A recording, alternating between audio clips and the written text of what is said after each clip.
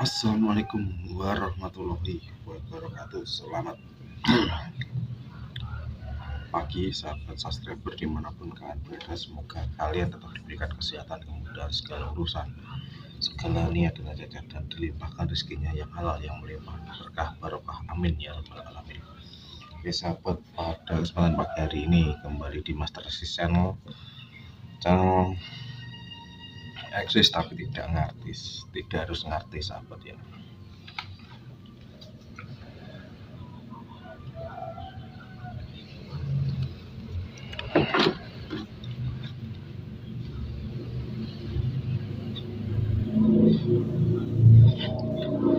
Ceritanya ini loh, ini enak info ya, enak info sopo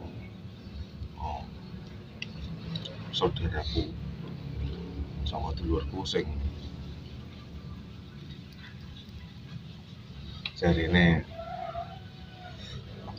lagi diuji dengan masalah dan punya pikiran pengen membersihkan rumah ya, pengen membersihkan rumah ataupun punya hajat mau bikin pagar atau memagari rumahnya. Nah, ini unik dan sangat lucu menurut saya. Kenapa seperti itu? Konon ya, saudara saya ini dia lagi diuji dengan masalah keluarganya dan dengan suaminya, dan sekarang posisi sedang mengandung. Jadi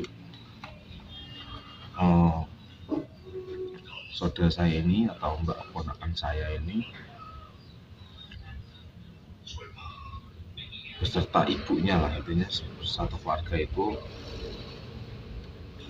mbak ponakan saya itu pengen memagari rumahnya, datang ke tempat seorang, kalau dibilang dukun ya dukun, kalau dibilang orang pinter ya belum tentu.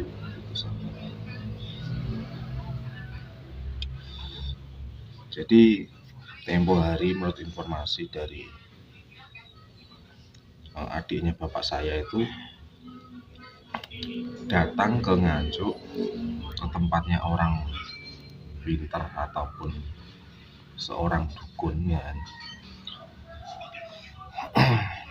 pengen memagari rumahnya ya, pengen memagari rumahnya dengan syarat satu, harus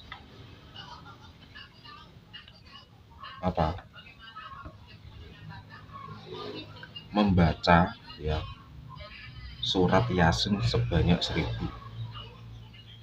kali ya. Dukun itu menyarankan yang punya rumah ataupun yang si dukunnya itu membantu mendoakan dengan surat Yasin sebanyak 1000 kali. Nah,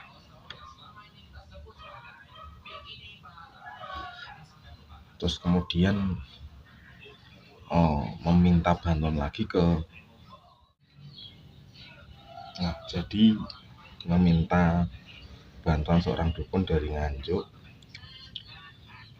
dan konon ceritanya rumah itu kotor, auranya kotor dan auranya itu gelap. Terus pada saat yang terakhir kali, mungkin pas penutupan pemagaran itu, si kakak keponakan saya ini meminta bantuan kepada adiknya bapak saya ya, katakanlah Mbah lah, kalau saya sudah memanggilnya Mbah.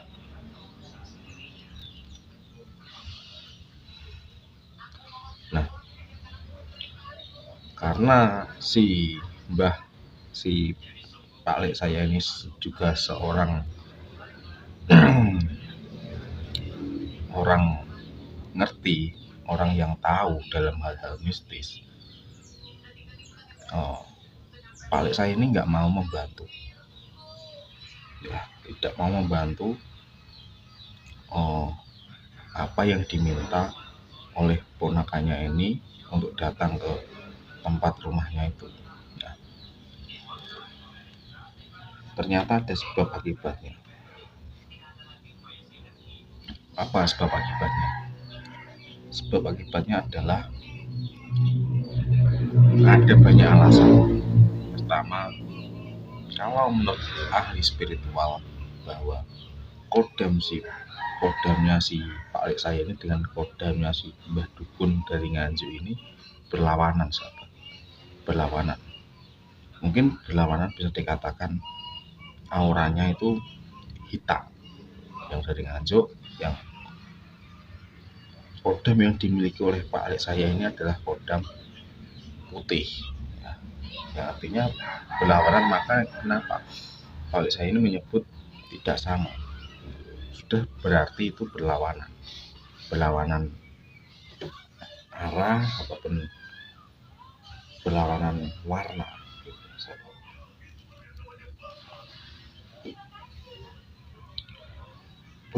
Balik lagi ke logikanya begini, sebenarnya yang kotor itu bukan masalah soal rumahnya ataupun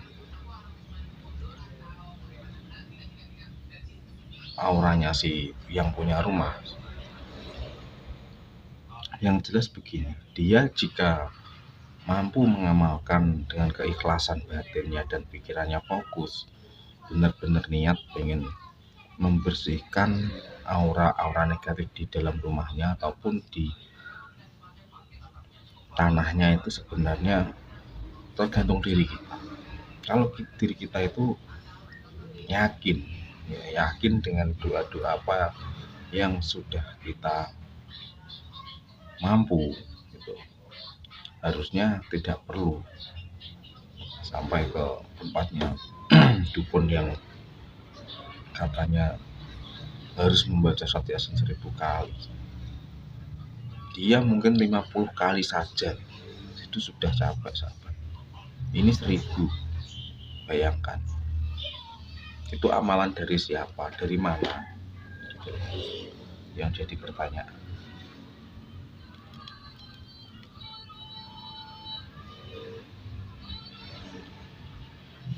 Dukun kok mengatasnamakan agama, ya kan? Mengatasnamakan amalan-amalan yang diajarkan di Muslim, ya, seperti itu hanya mengelabuhi para pasien-pasiennya, sahabat. Mengelabui para orang-orang yang membutuhkan, para orang-orang yang awam, tidak tahu tujuan dan niatnya itu sebenarnya untuk apa. Hanya dia mampu menyebut, kamu harus mengamalkan 1000 bacaan Surat Yasin ini 1000 kali, nanti saya bantu dari rumah, gitu. Percaya kalian? Ya toh kalau mengamalkan, kalaupun mengadakan pengajian ya harusnya pengajian saja, yasinan di rumah itu, ataupun khotmil Quran, khataman Quran di rumahnya yang mau dibersihkan itu. Harusnya minimal seperti itu, bukan hanya ngomong saja, itu sahabat. Kan namanya penipuan, sahabat, seperti itu. Kalau sampai meminta mahar, ya, kalau dia mematok mahar ya sudah, itu dukun abal-abal, ya. Kalau dia mempunyai patokan harga kepada pasiennya, sudah pasti dukun abal-abal, itu sahabat. Jangan mudah percaya dengan dukun abal-abal. Kalian harus tahu, dukun yang sebenarnya itu tidak perlu mahar yang sebanyak itu, kecuali dukun santet, teluh dan sebagainya, itu perlu mahar besar. Kalau ini mengatasnamakan agama untuk mencari rezekinya, itu sahabat. Bagaimana sahabat seperti itu? Oke, jangan mudah percaya dengan dukun-dukun yang mematok harga. Hati-hati sahabat. Ya, mungkin cukup sekian dan terima kasih. Selamat pagi. Assalamualaikum warahmatullahi wabarakatuh.